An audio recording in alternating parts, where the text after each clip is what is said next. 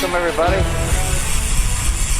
to another episode of Matt's Triple Bypass, otherwise known as Doing Things the Hard Way since 1963. Welcome. Friday the 29th of January. It's 73 degrees. I'm absolutely giddy. I feel like I'm drunk. I'm not drunk. Just so you know. But I'm giddy for two reasons. There's the weather, but then there's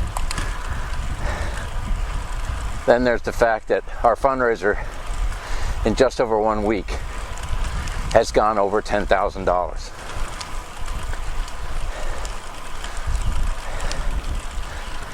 I mean, I'm almost speechless, which wouldn't be good for this. I have to speak, but absolutely amazing. Thank you, donors, for your generosity. So what do I do now?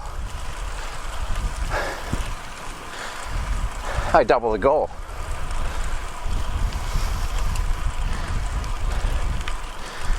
And the goal is now 20K. Which does not mean that I'm asking for more money from those of you that have already donated. You've done your job generously. But what I am asking is for you to pass this on to 5, 10, 15, or 20 of your friends, because small donations will stack up, and the next thing you know, we'll be closer to our next goal.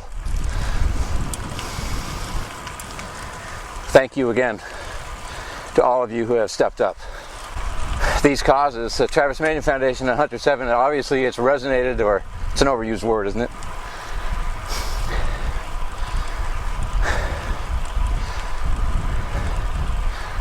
But the idea has impacted people enough to make donations. So I want to get this further afield. I want to get this out to more people than my immediate network and the 3 people who follow me on YouTube and my 400 or whatever it is Instagram followers. You all have lit a fire under me, and I intend to do something with it. Performance baseline. Okay. It's the computer telling me I'm not in very good shape. Yeah, I knew that, but thanks.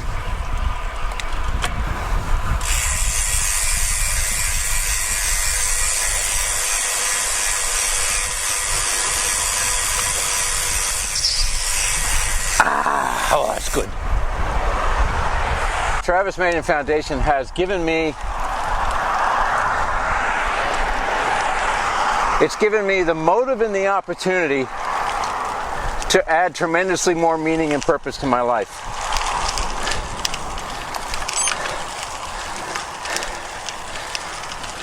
Excuse the criminal reference, motive and opportunity, but that really sums it up. Motive, as I mentioned in my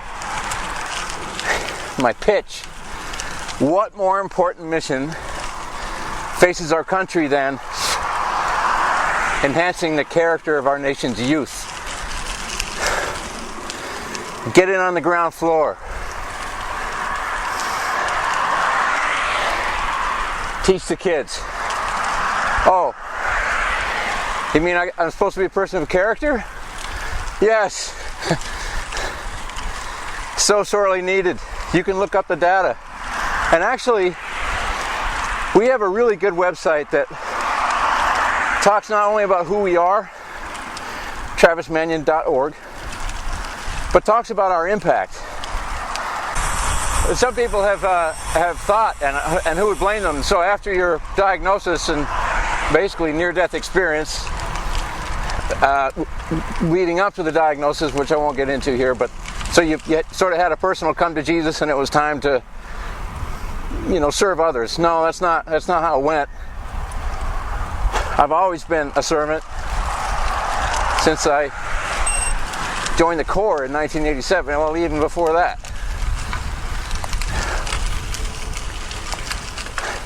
But I went to the Honor Project event at Arlington National Cemetery with my wife in May of 21.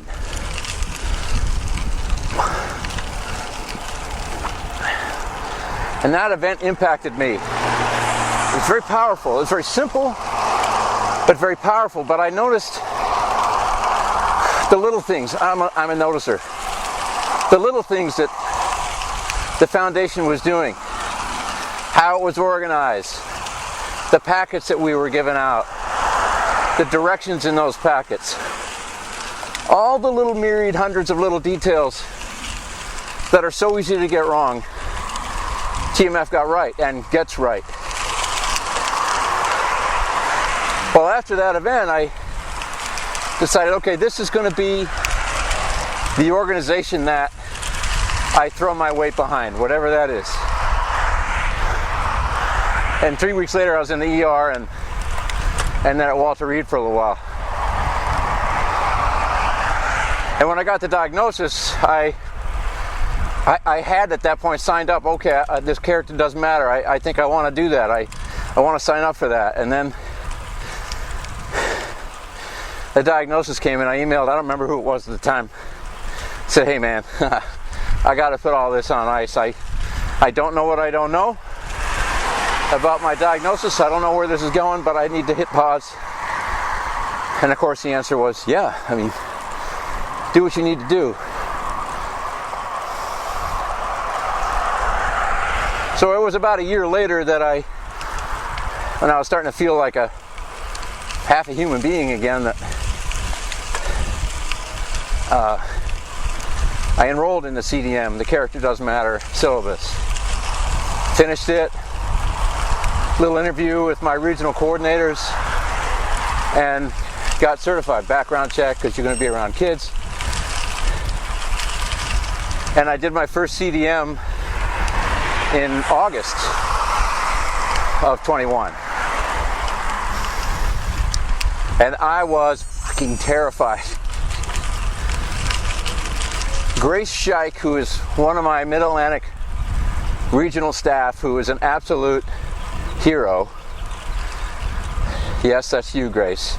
She talked me off the ledge. I said, Grace, we're putting this CDM package together for these kids, and I don't really know who I'm going to be briefing. And then she says, okay, we've got a great opportunity. It's, hold on. It was 130 kids, 8 to 14 years old, coming to the Cal Ripken Senior Foundation summer baseball camp north of Baltimore. I said, Grace, 130 kids? And I really had a crisis of confidence. I said, Grace, I don't have kids. I don't know how to talk to kids. I don't do kids. Well, like I say, she talked me off the ledge, and I gave the presentation. It went really well, and that's really that was the affirmation for me.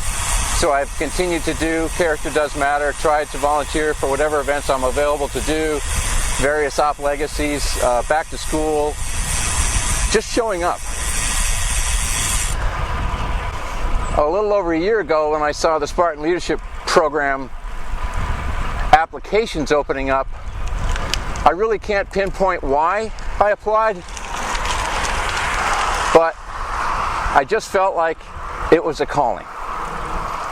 It was something that I needed to do, even if I can't explain exactly why.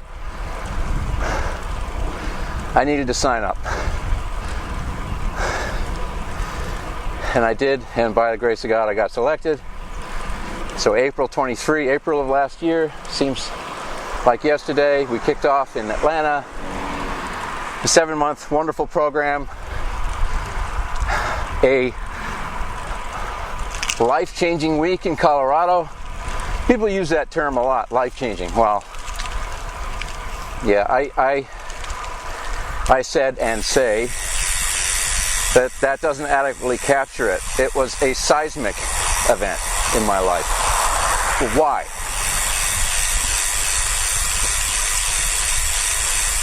Because it and TMF writ large gave me the opportunity to understand that I have much more to learn about myself. I have much more to learn about others. You can teach a 20-year retired Marine something about leadership, and you can be a better servant, and you can be a better productive member of your community.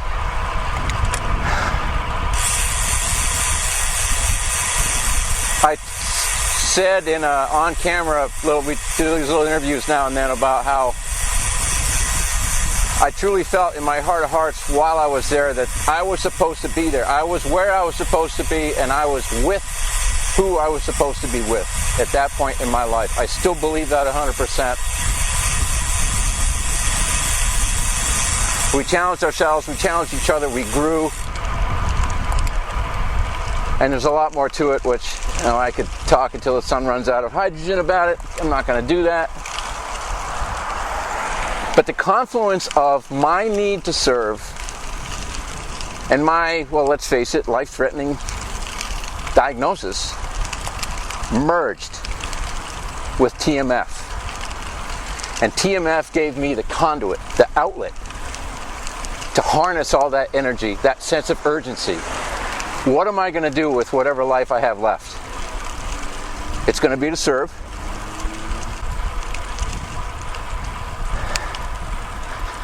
I don't know how I'm going to edit all this later to make sense and get it down to as short a period of time as I can, but that's basically why.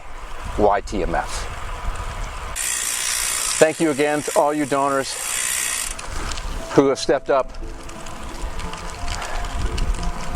And for those of you watching, please share the links here at the end of the video and share it far and wide. Next iteration, next episode, we'll of course give a fundraising update, talk about what we're doing with that. And I'll get into, okay, that's Travis Manion Foundation. Why Hunter 7? And really, if you look at their website and you can see what they do. It's a fit for me because, you know, I fit that profile. And whether or not that's the cause of my cancer, toxic exposures through all the time in the military and aviation, who knows? And that's not really the point. The horses have left the barn, in my case, but I want to help Hunter 7 catch this stuff early.